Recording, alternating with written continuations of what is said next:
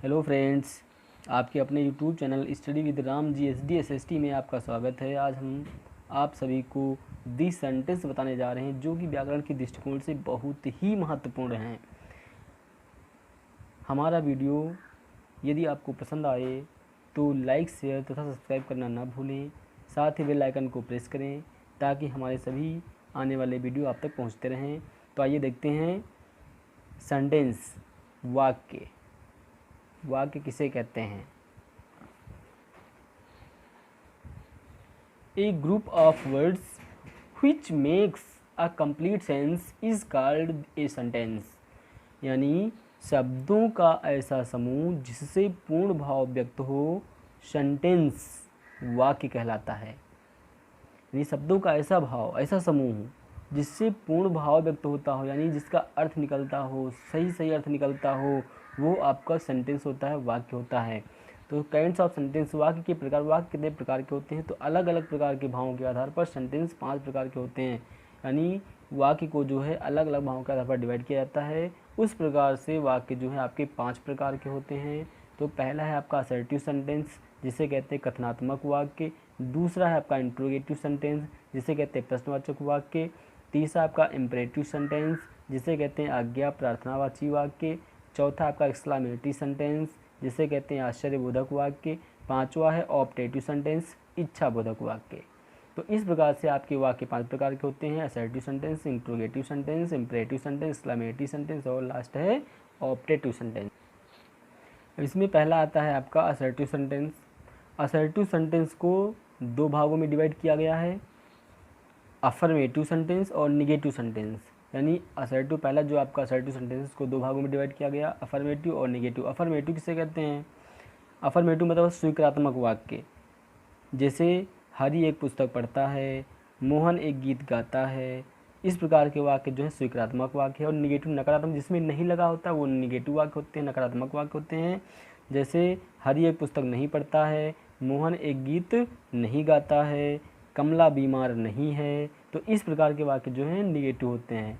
Affirmative और negative. Affirmative मतलब स्वीकारात्मक और निगेटिव मतलब नकारात्मक, निषेधात्मक, जिसमें नहीं लगा हो, नॉट लगा हो, वो आपके निगेटिव होते हैं, नकारात्मक होते हैं। दूसरा वाक्य आपका आता है इंट्रोगेटिव सेंटेंस, प्रश्नवाचक वाक्य।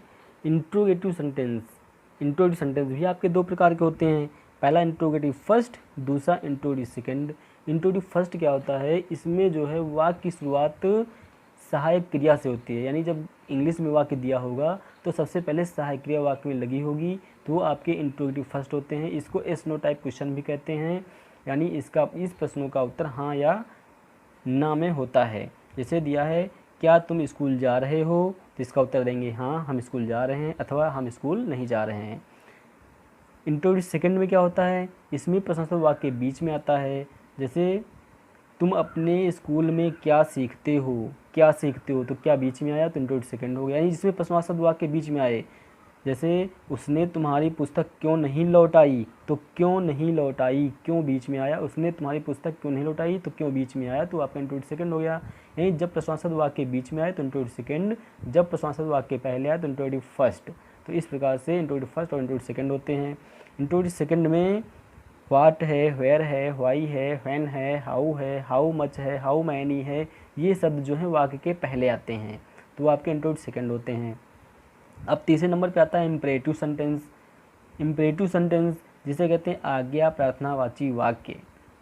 तो जिस वाक्य से आज्ञा, सलाह, प्रार्थना, प्रस्ताव आदि का बोध होता है वे इम्परेटिव सेंटेंस कहलाते हैं। जैसे bring your book to me, bring means लाओ योर बुक, अपनी पुस्तक, टू मी मेरे पास, अपनी पुस्तक मेरे पास लाओ। तो इसमें आज्ञा दी जा रही है, तो ये आज्ञावाची वाक्य हो गया।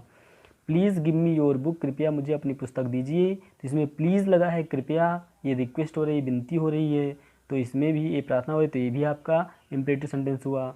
अगला है नेवर टेल अ लाई, कभी झूठ मत बोलो। तो इसमें सलाह दी जा रही है, एडवाइस दी जा रही है, तो ये भी आपका इम्परेटिव सेंटेंस हो गया। और इसमें डू नॉट गो देयर, अगला वाक्य डू नॉट गो देयर, वहाँ मत जाओ, तो इसमें आज्ञा दी जा रही है, तो ये भी आपका इम्परेटिव सेंटेंस हो गया। Let us go to the movie, let means चाहिए, अस मीन्स हमें, गो मीन्स जाना चाहिए, to the movie means film देखने, हमें फिल्म देखने जाना चाहिए, तो इसमें प्रस्ताव दिया जा रहा है, तो ये भी आपका इम्परेटिव सेंटेंस हो गया। तो इम्परेटिव सेंटेंस यानी जिसमें आज्ञा, सलाह, प्रार्थना, प्रस्ताव आदि का बोध हो तो वो आपके इम्परेटिव सेंटेंस हो जाते हैं। इनकी खास पहचान ये होती है कि इसकी शुरुआत जो है क्रिया से होती है, मुख्य क्रिया से, जैसे come here, go there, open the door, do not go there, इस प्रकार के वाक्य जो है वो इम्परेटिव सेंटेंस होते हैं। अगला वाक्य आता है आपका, अगला वाक्य है आपका एक्सक्लामेटरी सेंटेंस। एक्सक्लामेटरी अर्थात विस्मय सूचक, आश्चर्यजनक वाक्य। जैसे जिस वाक्य से कोई आश्चर्य, हर्ष, शोक, भय, करुणा, घृणा आदि का भाव प्रकट होता है वे एक्सक्लामेटरी सेंटेंस होते हैं। जैसे दिया, what a beautiful girl she is, what a beautiful, what beautiful means कितनी सुंदर, गर्ल मीन्स लड़की, सी मीन्स वह, इज मीन्स है।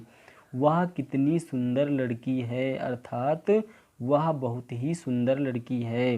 तो इसमें इस वाक्य में जो है लड़की को देखकर आश्चर्य हो रहा है, तो ऐसे वाक्य को हम एक्सक्लामेटरी सेंटेंस कहते हैं। और एक्सक्लामेटरी सेंटेंस की खास पहचान ये होती है एक्सक्लामेशन मार्क लगा होता है। ये जो एक्सक्लामेशन मार्क है ये लगा होता है एक्सक्लामेशन मार्क। दूसरा वाक्य, how pleasant the rain is, how pleasant कितनी सुखद, दी रेन मीन्स बारिश, इज मीन्स है, बारिश कितनी सुखद है अर्थात बारिश बहुत ही सुखद है, बारिश बहुत ही अच्छी है। तो बारिश को देख करके आश्चर्य हो रहा है, विस्मय हो रहा है, तो ये वाक्य आपका एक्सक्लामेटरी सेंटेंस है। अगला है alas, I am ruined, alas means hi, I am ruined मैं बर्बाद हो गया हूँ, आई मीन्स मैं, आई मीन्स रूइंड मीन्स बर्बाद हो गया हूँ, मैं बर्बाद हो गया हूँ। तो इसमें चिन्ह लगा है एक्सक्लामेटरी सेंटेंस, एक्सक्लामेशन मार्क लगा है, तो ये आपका एक्सक्लामेटरी सेंटेंस हो गया। तो इस प्रकार से चौथा नंबर आपका एक्सक्लामेटरी सेंटेंस। पाँचवें नंबर पे आता है ऑप्टेटिव सेंटेंस। ऑप्टेटिव,